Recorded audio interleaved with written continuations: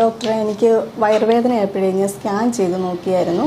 അപ്പോൾ അതിൽ fatty liver എന്നാണ് എഴുതിയേക്കുന്നത്. അപ്പം ഞാൻ ജസ്റ്റ് ഗൂഗിളും യൂട്യൂബൊക്കെ ഒന്ന് സെർച്ച് ചെയ്ത് നോക്കിയപ്പം ഒരു ചെറിയ പേടി പോലെ എനിക്ക് തോന്നി. അപ്പം അതിനെപ്പറ്റി ഒന്ന് അറിയാൻ വേണ്ടിയായിരുന്നു. ഫാറ്റി ലിവർ ഇപ്പോൾ നോൺ ആൽക്കഹോളിക്കും ഉണ്ട്, ആൽക്കഹോളിക്കും ഉണ്ട്. നമ്മൾ പൊതുവെ എപ്പോഴും പറയുന്നതാണ് മദ്യം ഉപയോഗിക്കുന്നതുകൊണ്ടാണ് ഫാറ്റി ലിവർ വരുന്നതെന്ന് പണ്ട് പറഞ്ഞുകൊണ്ടിരുന്നത്. പക്ഷേ അങ്ങനെയല്ല, നോൺ ആൽക്കഹോളിക് എന്നൊരു സാധനം കൂടെ ഉണ്ട്. ഇപ്പോൾ ഗ്രേഡ് 1 ആണുള്ളത്. ഇപ്പോൾ നമ്മൾ കറക്റ്റായിട്ട് ട്രീറ്റ് ചെയ്തില്ലെങ്കിൽ ഇത് ഗ്രേഡ് 2 ഗ്രേഡ് 3 മാറാൻ ചാൻസ് ഉണ്ട്. അപ്പോൾ അങ്ങനത്തെ ഒരു കണ്ടീഷൻ ആകുമ്പോൾ ഇത് റിവേഴ്സ് ചെയ്യാൻ വളരെ ബുദ്ധിമുട്ടായിരിക്കും.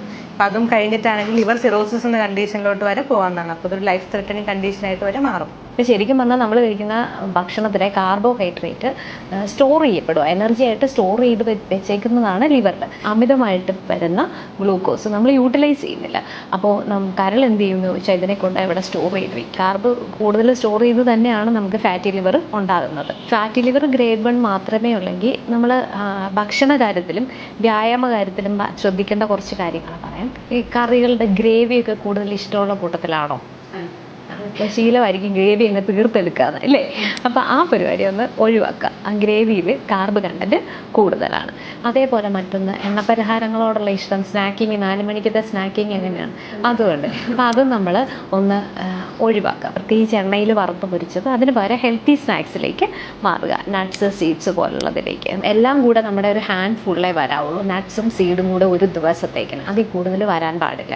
അതേപോലെ തന്നെ ഈ 4 മണിക്ക് ശേഷം പഴവർഗ്ഗങ്ങൾ കഴിക്കുന്നത് പൂർണ്ണമായും ഒഴിവാക്കുക. കാരണം ഫ്രൂട്ട്സ് ഫ്രക്ടോസ് ഗ്ലൂക്കോസായിട്ട് അത് കൺവേർട്ട് ചെയ്യും. അമിതമായിട്ട് വരുന്ന ഗ്ലൂക്കോസ് നമ്മൾ യൂട്ടിലൈസ് ചെയ്യുന്നില്ല, വീണ്ടും നമ്മളുടെ ലിവർ സ്റ്റോർ ചെയ്യും. പഴവർഗ്ഗങ്ങൾ കഴിക്കരുതെന്നല്ല, പഴവർഗ്ഗങ്ങൾ കഴിക്കുന്നത് 4 മണിക്ക് മുമ്പാകണം. മറ്റൊരു കാര്യം ചെയ്യേണ്ടത്, കൃത്യമായും ഡെയിലി 15 മിനിറ്റ് ശരീരം വേർത്ത് നമ്മുടെ ബ്രെയിനിന് മനസ്സിലാകണം നമ്മൾ എക്സസൈസ് ചെയ്യുകയാണെന്ന്.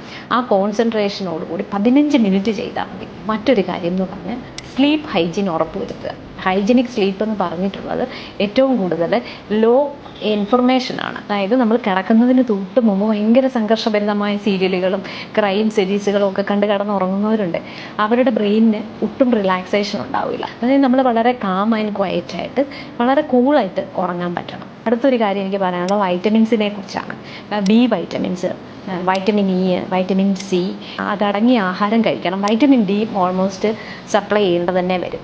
ഇങ്ങനത്തെ basic vitamins and minerals balance ചെയ്യുകയും പൂർണ്ണമായൊരു എക്സസൈസും ഒക്കെ കൂടെ വരുമ്പോഴത്തേക്കിന് നമ്മൾ ഈ ഫാറ്റി ലിവർ പെട്ടെന്ന് താഴും. വേറെ പ്രശ്നങ്ങളൊന്നും ഇല്ല എങ്കിൽ.